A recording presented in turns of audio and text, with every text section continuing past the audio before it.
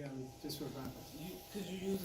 You don't need to use a top blanket? We don't need a top blanket, as a matter of fact. No, the top blanket is mainly to provide warmth and privacy. It also makes a few things feel more secure. Now, in this case, obviously, we know that sometimes we don't have the best sheets, so we can use it. I don't see absolutely any reason why not. As a matter of fact, I'm probably going to insist on it anyways, because I have to remind you guys that whenever it is that you have a top sheet, you have to overexpose. Okay, now this is not how it's going to be in the Thunder, because if we did the back, this is already going to be in place. So let's start with this. Remember that it's not going to be making direct contact. The blanket should be in between. Now, what we're going to be demonstrating now is essentially everything that involves the lowest of the lower back, including the glute, hip area, all the way down to the leg, the calves, and some parts of the feet. Okay? You are excused. Thank you. I understand if this makes you nervous, but don't worry, this is not my first rodeo. So, first things first, we're finished with the back. Mm-hmm. Are we going to go straight towards the glute? Yes, that is a question. It's not rhetorical. Sure. We're done with the back. Are we going to go straight to the glute? I mean, it makes sense. Why do you think it makes sense? Because you're already on the back. You're already in the back, but if you go straight to the glute, what do you think she's going to think? That's what he's here for. Creeper. So What a creep. after you're done with the back, so let's imagine that we're done with the back over here. We put the drapes back up, pat dry, so we pat, right? Mm-hmm. Now, this is what you're going to do. Instead of going right towards the glute and getting ready to work on it, Mm-hmm. give this lower part of the back, the upper glute, like right here, give this a little bit of love. Do it like if you were doing the rocking motion on the other side, Mm-hmm. just kind of lean into it a little bit. Lean into it. You can use your fist like this, or you can use your palm. I personally prefer and think that the palm feels better. What do you think? Yeah. Okay, good. So you can use the palm like this. Are you And this is yourself? essentially, what? Are you yourself rocking right now? A little bit. So it doesn't. It looks like I'm just pushing, but I'm always leaning back Right, and forth. right. Always in some way, shape, or form. Body mechanics are always going to be key. Yes, I could do this from horse stance, Mm-hmm. but I pretty much feel more comfortable doing it like this since I'm about to start moving over here. Now, after we've established, number one, the first thing that I ask my clients when they walk in is there anything that you want me to focus on? Okay? Now, second thing I ask them is there anything outside the painstakingly obvious that you would like me to avoid? When I say this, I make sure to highlight like this. 1 and 2. I am not highlighting here. Most people expect their glutes to be worked on during a massage. Most people. By implying here and here, you are determining that this is what you were talking about. You are not specifying here. So the moment that they tell you, no, everything's fine, I just want a full body massage, this is included. It's on the menu. Now, when you've already done this over here, so now we're going to graduate towards the glute and the exterior hip area. How are we going to approach this? We have 3 or 4 different ways that we can touch. Most recommended, fist. Closed fist, and you can move from the outside in like this. Okay, that's one way to do it. Number 2, elbow and forearm. You can use forearm and elbow like this. Rotating motion. Okay. 3, thumbs. Braced thumb like this. 1. And just do digital pressure, not really trying to grab too much in terms of contact. So this is a very specific type of contact, okay? And 4, the palm. Just the palm. And when you're going to do, if you insist on doing the palm, which is what I actually insist that you try and avoid as much as possible. One palm, the other hand behind you, so you're not tempted to try and put it over here, because if you're trying to brace your palm, what's going to make it more comfortable? That kind of contact. You want to avoid this. So you're going to go like this and this alone. If while testing, I see you guys with a full hand on the rear, I'm failing it on the spot. On the spot, because that is a complete disregard of just ethics, respect, and everything. Okay? So, if you have 4 choices, but for me it's only about 2 or 3. For me it's always going to be about fists and forearm. Maybe even the elbow if somebody wants it. If they're asking for that deep pressure, like it needs to get deep, then you give them the elbow. Okay? So you do that over here. Again, rolling motions. 1, 2, 3, 4. Again, 1, 2, 3, 4. Now, here we have a muscle. That's where the IT band starts. The iliotibial tract, which is part of your Hip hip flexors. abductors. No, not hip flexors. My Hip bad. flexion, hip Abductor. extension, hip abduction. Abductors. Okay, so we have a muscle that we call it the TFL, the tensor fascia lata, which is kind of like right here. So for that, you can use braced fingertips like this. This might feel a little bit like this thing, okay? So, because this is not really it's not really a comfortable muscle. Right around. See how she immediately was like, oh, it's a particularly tense area. You do not have to work it, but if somebody is asking you that they want this area, like the IT band, then you can go ahead. And all I would actually recommend you to do is just finger pressure in 1, 2, 3. Do that about 2 or 3 times, and that's it. Brace thumbs. Correct. Brace thumbs. You never want to work like this, or just like that. No, you want to have them braced together because that gives you a basis support. All right. So we have that down. We've worked over here, and we start slowly graduating towards this area. Now you'll notice. Watch how I'm doing this. I overexposed the top sheet.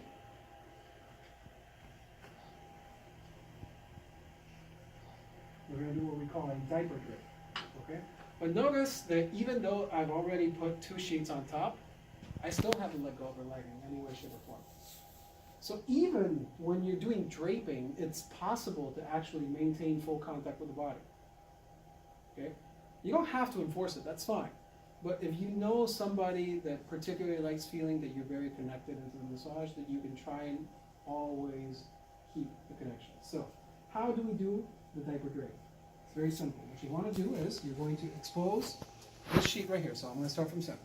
I overexpose the top. This one, you're going to bring roughly past the knee. And what you're going to do now is the following. You're going to, with your outermost hand, you're going to brace the bottom part of the leg, like so. And you want to do it in this manner because you don't want to have to lift with your what? With your arm. You're going to lift with your body weight, just like so. Okay? And what you do from here is, you go underneath, pick this up, and what you're going to do is just slide this way, and that takes care of it. And now you can use the overexposed top sheet to secure if anything is extra. Okay? So why do I overexpose the top sheet? Let's say that Cindy here, imagine that she doesn't have any clothes. Okay? So you can use the top sheet to set the limits. That's like, for example, maybe you're going to be working on the glutes in this entire area. Maybe you want this exposed, but the only way that you would have this actually exposed is if you expose all the way up to the lower back. So you can use the top sheet and be like, okay, I know that I'm exposing all this, but this is my marker right here. Okay? So you can do that. In her case, this is already fair enough amount of exposure. This is how much I want to be able to work on. Also, another tip. If you notice that you have a client that feels a little bit insecure about you, and you can tell that from body language, one thing that you can do is the following. You see this right here? You can be like, hold this.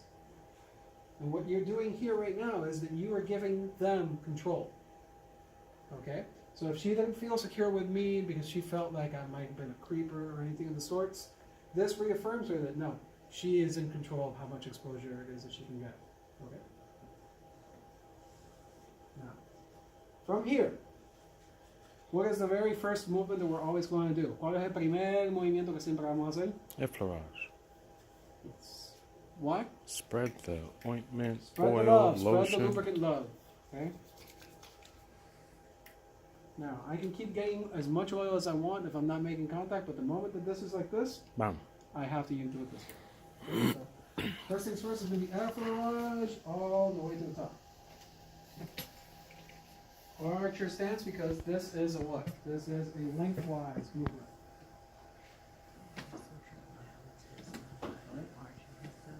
After you do that several amount of times, notice that your hands can be like this. You can start doing, after you get more comfortable, you can start doing hand movements and adding a little bit to it. Just remember that don't move the hands before your body weight is on, because if not, you're going to feel awkward. Okay? Say that again. Don't move your. Don't move your hands until your body weight is Got it. transferred. Because if you start trying to do this while you're moving, you're going to get off balance and you might end up falling on top of the client, which is not only embarrassing, it's a potential lawsuit. And as men, as male therapists, we definitely have to worry about lawsuits. I know male therapists that won't even work on glutes. Yo conozco terapeutas hombres que ni trabajan en los glúteos. Yo tengo terror. He is afraid of it. Alright? So, we've already lubricated this entire area. What can we do? So first things first, we're going to petrissage this ankle area right here. Now, you can petrissage all the way to the heel if you want. Okay, so you can do something that kind of looks like this. You can do that. You can do this to petrissage the heel. Okay. So you can kind of work around like that. Now, what you can actually do and recommend is, what you're going to do is you're going to take the Achilles tendon right here, and you're going to start doing petrissage on it too. Now, you're not going to use the entire hand to petrissage the Achilles. It's not big. Take 2 or 3 fingers, just like that. Simple. Add the body movement, make it easier. Back and forth, back and forth, back and forth. Okay? So, what else do you think we can do over here? So we've already taken down this area. Now, some people that do Swedish, they're purists. They say that no, that every manipulation should be done on the entire leg. I personally disagree. I feel like there are some things that feel better on some parts of the body. And I like getting worked on in segments. Okay? So what we can do now is the following. You can do a little bit of a deeper effleurage over here. So if we were just doing like this earlier, now we can do what? We can do with the palm, brace it, and come back. Or we can do it like this. How's that feel, Steve? That's usually a very good response. Okay. Now, from here, what can you do? You can do what I like to call, it's kind of like a one-handed petrissage. So you're going to take your inside hand first. You're going to brace this outside, and you're going to move and squeeze, lift, squeeze, lift, squeeze, lift, squeeze and lift, squeeze and lift, squeeze and lift. You can do that for about 3 to 5 reps. And by reps, I mean full set of the leg. I don't mean like 1, 2, 3, that's it. No. 1, 1, 1, 2, 2, 2, 3, 3, 3. That was the inside. Now, do the outside. 1, 1, 1, 2, 2, 2, 3, 3, 3. What else can you do? There is a movement called stripping. No. Stripping is, imagine that there is a line right here, and what essentially you're going to do is you're going to put specific contact, which is going to be either your elbow tip or your braced thumbs. And you're going to go press on it kind of like it was effleurage, all the way in. So this is meant to be done slowly. Okay? Whenever you're moving with deep pressure, or something that's that can cause that you're not sure of how much they can tolerate, don't do it fast. Do it slow, because slow lets you adjust. This is how this would feel fast. That doesn't feel good, right? Not at all. But slow is alright, right? So you're kind of just stripping. So the idea is that you're taking the fibers and kind of separating them. Alright? So we've done one-handed petrissage, we did effleurage, we did stripping. What more can we do? Petrissage with both hands. traditional type. So we're gonna go what? Back and forth. Sink in the hand, grab, lift, feed the other hand. Move side to side, side to side. It's kind of like that old school Spider-Man dance where they're like, where you feed the hand side to side, side to side. This better not be on YouTube. Or World Star. Alright, so you can do that for about maybe 3 to 5 sets. And depending on how much you like or hate the person that's on the table, you can do.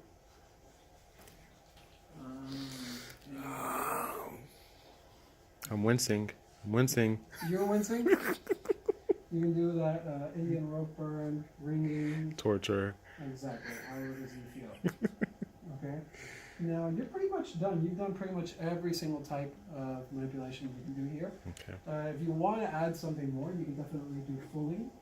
So again, spread all the way down and bring it up. Spread all the way down, bring it up. All the way down and bring it up. Alright? But you can also improvise a little bit. You can do stuff like this. It's kind of like the same cross drag that we did on the back. And it's the same thing over here. Opposite side. I don't think I showed you guys this. Mm-mm. No, I'm talking about the ones that have been before you. I thought you also had a note that, didn't you? Okay. Now, so we're done with the calf portion of the leg. Now, some people insist on getting their hip abductor area worked on. So what you're going to do for that is the following. You're going to bring the leg up like this. While it's like this, you're going to take your outermost, well, this is inside. You're going to take your outermost arm and you're going to basically support your feet, brace up, and just kind of make it go like this. And now you have this area exposed. Okay, now from here, there's not really that much that you can do. So what can you do on the hip abductors? Same thing you can do on every single body part. Effleurage. Effleurage. Now, but you can do a deeper effleurage, you can do it like this. This area is a little sensitive, so do not be afraid to tell me if it's not okay. And do a little bit of deeper effleurage like so. Use the forearm. You can do with the fists. Or yes, you can do it with the forearm, especially with that fatty pad, that fleshy part. You can bring it up and down. Up and down. Another thing that you can do is, you can see the corner of that IT band is kind of like right here. Mm-hmm. So you can brace the thumbs, and you can go, kind of do like a little effleurage motion. But essentially what you're doing is stripping along the border. You just go like this. Boom. Back and forth. Back and forth. Back and forth. After you're done with that, hoist. Bottom, the inside hand is going to support the bottom of the knee. Bring it back up. Boom, boom. And now you are ready to work the hamstrings. Alright? So when you're ready to work the hamstrings, what can you do in the hamstrings? Pretty much everything that we just did here. But what's the catch? The hamstring is a little wider. Mm-hmm. Right? It's not necessarily as long, unless you're counting the entire glute area, Mm-hmm. but the hamstring is exceptionally wide. So what are we going to be able to do here? First and foremost, again, Effleurage. effleurage. When in doubt as to what you should start with, Effleurage. effleurage. Always effleurage. Always effleurage. Always. Okay, and then you can add hand movements to make it feel a little more unique, etc. Now, here, you can do this effleurage to add more pressure because there's more flesh over here in this area, it can handle more. Remember, regardless of how much you think you're doing, always watch for your client's body responses. They will tell you more than what they tell you coming out of their mouth. Mm-hmm. Alright? So what else can we do here? Head Full massage. But you're like, well, that's a particularly thick area to try and grab. So we separate it. We're gonna do head massage in 3 blocks.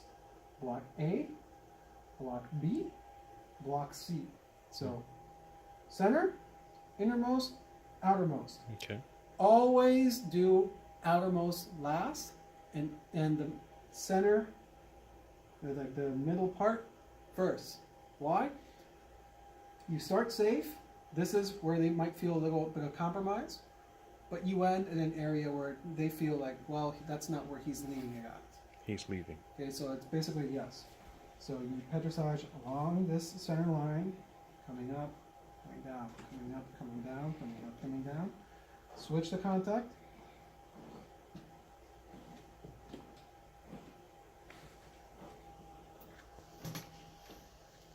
And you can do, and you don't have to just do side by side, you can do side with a back dragging. After you're done with that, go to this side over here. Boom, boom, boom, boom, boom. All right. After that, pulling. Spread, remember, full contact, spread, come up. Spread and come up. Don't press towards inside over here. It feels like if she feels like you're trying to compress the bone together, that's not what you want it to feel like, okay? Okay, in terms of massaging, that is the posterior leg. Now, I didn't say that we're done with the leg. I just said in terms of massaging. What else can we do with the leg? Stretch it. And a lot. There's many ways to stretch this leg. So, is it okay if we stretch your leg? Super. You sure? Okay. Wait, Say I why? didn't wa- Huh? Don't say I didn't warn you. Okay. So, how can we stretch the leg? Let's start off with right here. Okay, so I want you to just kind of remain relaxed. What we're going to do right now is we're going to stretch her calf out. So how are we going to do that? The calves are in charge of doing what motion? Flexion this way. So in order to stretch them, we have to pull them the opposite direction. So how are we going to put the calves this way? By causing this. But we're not going to do that like this because that's not smart. So how can we do that? You keep this kind of almost 90-degree motion. Put your palm right here on the heel. Your fleshy part of your forearm is going to latch on right around here. Secure this area, and now just lean down. This extension is stretching this area out. So you can hold that for about maybe 10 seconds if you want. If you feel like you need a little more, bring it higher over here, and just secure it. Boom. And that's that. We can stretch our quads. So the quads are in charge of what? Of this motion. Okay, so this is your hamstring, these are your quads. So if your quads are in charge of this, it means that stretching them is the other way around. So we stretch your quads like so. You do not need to place this hand here. You can do this and that's still a quad stretch. Okay? I like placing the hand here for two reasons. Number one, it gives them like an area, a feeling like this is being massaged as well, right? How does that feel right here? Feels nice? And it also gives you an idea, tactile-wise, how much it is that you feel you're stretching. Because it doesn't, this, so yes, she's very flexible, but over here you have an idea of how much it is, and that's feeling how this area over here is feeling like. So you might have a better idea if you're overdoing it or not without having to wait for their input. So you do one, now you do it towards the center, 10 seconds, and now you do it outwards. Usually outwards is where they have the least amount of mobility. Now, what else can we stretch from here? You can articulate the gluteus muscles, and you can do things with the IT band as well. You can place your fist right around here and kind of jostle the joint in this direction. Okay? That's one set of things that you can do. That's more like joint manipulation. Now, you can also stretch the hip flexors. Okay? And there's several ways of doing so. Now, the quote-unquote kosher most way would be the following. You're going to do like if you were draping them, you're going to place their hand just like so. Because you want your body to be what's lifting this. You don't want to go like this. You want it to be your body. So what you're going to do now is you're going to take your opposite hand, and you're going to pin their lower back in place. What you're going to do now is like so.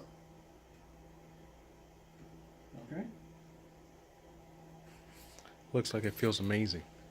It can, but there are some people that don't really have too much hip flexor movement, and that can be particularly like strong. Another way of doing it, this is my preferred way. If you have the body type for it, then this works perfect.